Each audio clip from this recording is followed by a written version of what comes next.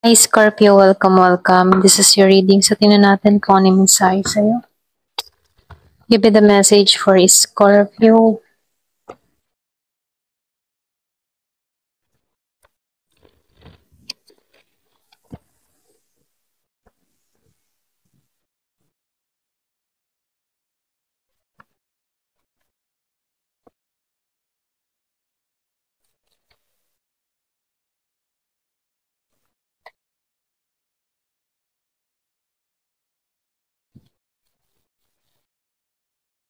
Wow. So, lumabas to. Wow, nakikitaan ko dito, meron dito magaganap sa'yo. So, nakikitaan ko dito, kung madalas mong makita yung 11-11-222, meron ditong malaking sorpresa na parating. Yung iba sa inyo, merong tao na bigla ka na lang sosopresahin. Kung meron kang kadiling na Aries, Leo, Sagittarius, or pwede rin sabihin balita tong parating. Meron akong nakikita ang kasunduan, okay? Merong proposal na mangyayari o magaganap.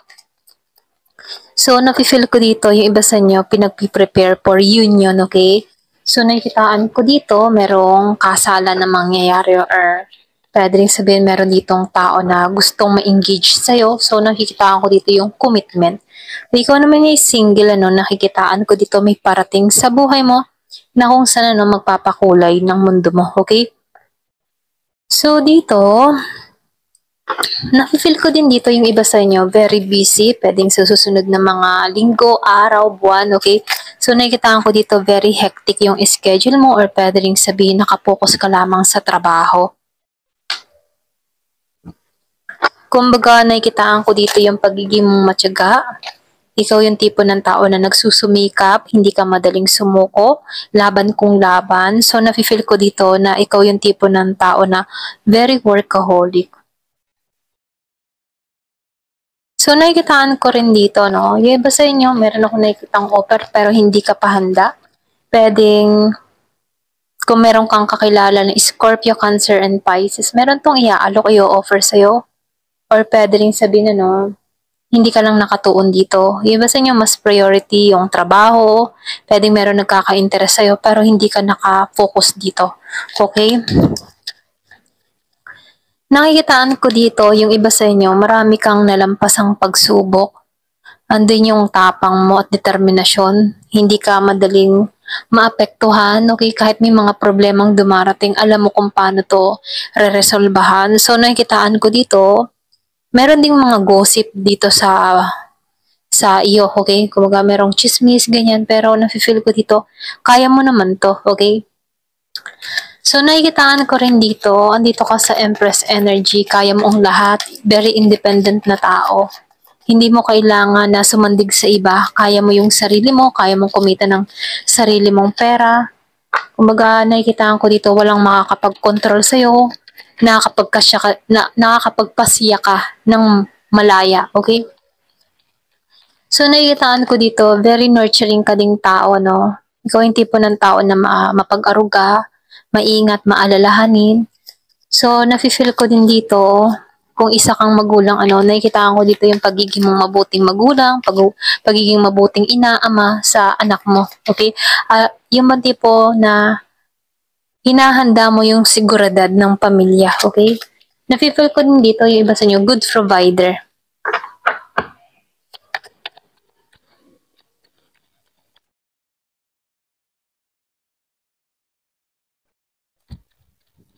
So dito, lumalabas. Yung iba sa inyo, meron kang iniisip, meron kang plano, meron kang gustong gawin. Kumbaga, andun yung pagnanais mo sa pagbabago, sa renewal. Yung iba sa inyo, meron kang tatahakin dito or pwede rin may papasya kang gagawin, ganyan. Na kung saan maganda yung inilalarawan mo. Meron kang pangarap or pwede rin sabihin na meron kang big picture na gusto mo mangyari sa'yo, okay? So, nafe-feel ko dito yung pagiging visionary, ganyan. Baga malawak yung imagination niya na kung saan ito yung gusto niya mangyari na hindi niya namamalaya, namamanifest niya na ito, okay?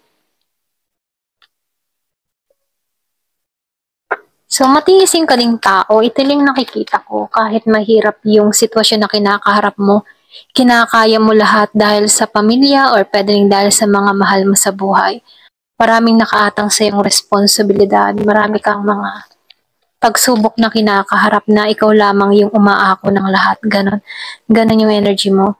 So, lumalabas din dito na magaling ka ding humawak ng pera, okay? So, nafe-feel ko dito, no, buo ka. Kumbaga, sa bawat na ginagawa mo, buo yung loob mo, yung emotion mo, marunong kang makibagay. So, nakikitaan ko dito, meron kang na-fulfilled. So, nakikitaan ko din dito yung kakontentuhan mo sa kung anong meron ka. Hindi ka yung tipo na tao na palaasa. Hanggat kaya mo, gagawan mo talaga ng paraan. Ganun yung energy mo dito, no? Kumbaga, magaling ka sa diskarte or pwede rin madiskarte ka lang talagang tao. Wow. So, yung iba sa inyo, meron ditong masayang mangyayari, masayang pamilya. Kumbaga, meron kang isi-celebrate dito or pwede rin sabihin buong pamilya magse-celebrate pwedeng sa mga achievement mo sa buhay. Meron kang mga nakamit, napagtagumpayan, ganon. So, nafe-feel ko dito, hindi lang ikaw yung magiging masaya, pati buong pamilya. Bagong simula to, ito lang nakikita ko, no? Kumbaga, tinanggalan mo na yung mga nangyari, kinakalimutan mo na yung mga hindi nakakabuti para sa'yo.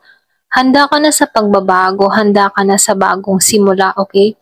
So, merong mga nangyari sa'yo, nag-transform ka dito, na kung saan na nagkakaroon ka ng mga panibagong pananaw sa buhay, na kung saan andun yung pagiging positive mo, okay? Positibo, ganyan. So, tingnan natin dito, no, kung ano pa yung mensahe sa'yo.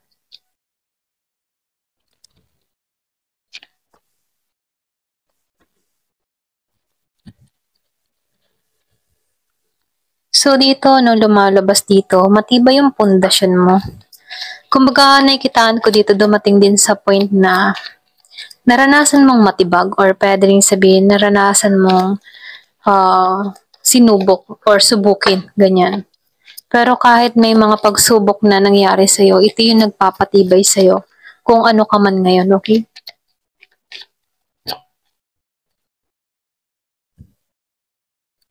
So, meron ulit kitang paglalakbay. Pwedeng meron tao dito maglalakbay patungo sa'yo.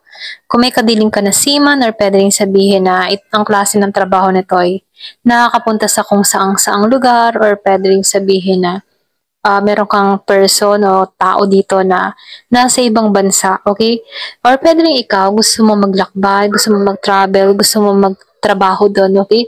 So, lumalabas dito, bagong simula to sa'yo or pwede rin sabihin, ito yung susi para sa tagumpay mo. Kumbaga, itong paglalakbay na gagawin mo, hindi lang ikaw yung may pag-unlad dito, pati buong pamilya. Kumbaga, nakaako lahat sa'yo ang responsibilidad. Dala-dala mo ang kaginhawahan din ng pamilya, okay? Sa'yo sila umaasa, ito lang nafe-feel ko.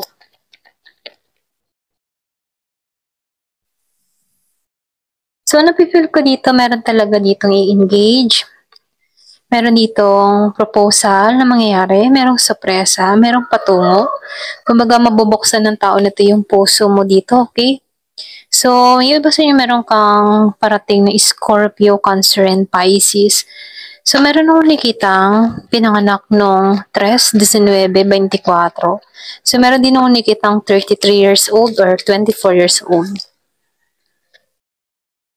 Talagang patungo to, okay? Kumbaga, mabuti yung intention ng tao na to. Buo yung kalooban niya dito, okay? So, lumalabas din dito na handa na to lumagay sa pamilya. Pwedeng ikaw yung nakikita ng tao na to na katuparan ng kanyang mga ninanais or hinihiling dito. So, lumalabas dito na patungo talaga to. Siya yung tipo ng tao na action kung action. Mapagmahal to, okay? Ito lang nafe-feel ko. Very romantiko din tong tao na to. Ayan.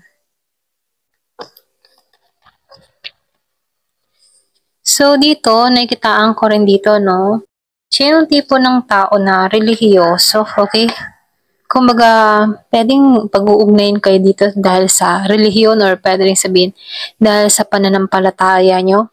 Pwedeng iba sa inyo, ikaw yung tipo ng tao na meron kang dinadalangin, meron kang pinagdadasal. Pwedeng pinagdadasal mo yung tamang relasyon patungo sa'yo. So, dito, lumalabas dito, no? meron parating, kumbaga lahat ng mga prayers mo ay magkakaroon ng kasagutan dito. So, meron nung nakitang 36 years old. Ayan. Ayan, ito na yung nakikita ko. Hanggang dito na lamang po. Thank you for watching. Love and peace.